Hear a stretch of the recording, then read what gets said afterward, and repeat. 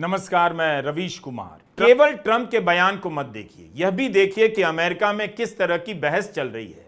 Carlsen Trump के America को महान बनाने के वैचारिक साथी रहे, खूब वकालत की, लेकिन युद्ध का विरोध कर रहे हैं। यही नहीं, टकर कार्लसन ने रिपब्लिकन सांसद टेड क्रूज का इंटरव्यू किया है और इस इंटरव्यू में टेड क्रूज के पसीने छुड़ा दिए। टेड क्रूज भी राष्ट्रपति की दौड़ में शामिल थे। इस इंटरव्यू में टकर कार्लसन टेड क्रूज से पूछने लगे कि ईरान की आबादी कितनी है, तो क्रूज कहते हैं मैं नहीं जानता।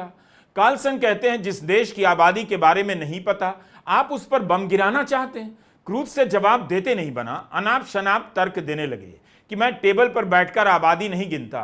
तो उसके बाद कार्लसन ने पूछ दिया कि ईरान की नस्लीय समुदायों के बारे में बताइए, किस किस समुदाय के लोग रहते हैं। तो क्रूज बोलने लग गए कि फारसी रहते हैं, शिया हैं, लेकिन बीच में ही जवाब छोड़कर बोलने लग गए कि मैं ईरान पर एक्सपर्ट नहीं हूं।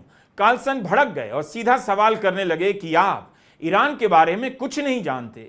ऐसी सरकार के सेनेटर हैं जो ईरान की सरकार को गिराना चाहती है। 2003 का यह अमेरिका नहीं है जब एक ही झूठ चल रहा था, चल गया और अमेरिका उसे सही मानने लगा। यहां तो ट्रंप के समर्थक और उनके लिए प्रचार करने वाले भी अमेरिकी सत्ता प्रतिष्ठान की इस झूठ से लोहा लेने लगे हैं।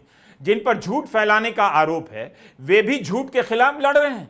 अजीब है, कभी हवा पूरब से बहती है तो अगले पल पश्चिम से बहने लग जाती है। टकर कार्लसन ने जिस तरह से टेड क्रूज से सवाल जवाब किए हैं उससे यह भी पता चल जाता है कि सांसदों का जानकार होना कितना जरूरी है, वरना सत्ता के पीछे के खिलाड़ी किसी को भी अपना प्यादा बना लेंगे, आपको पता नहीं चलेगा। क्रूज के पास जवाब नहीं था तो टकर कार्लसन से कहने लगे ट्रंप की हत्या की साजिश चल रही थी।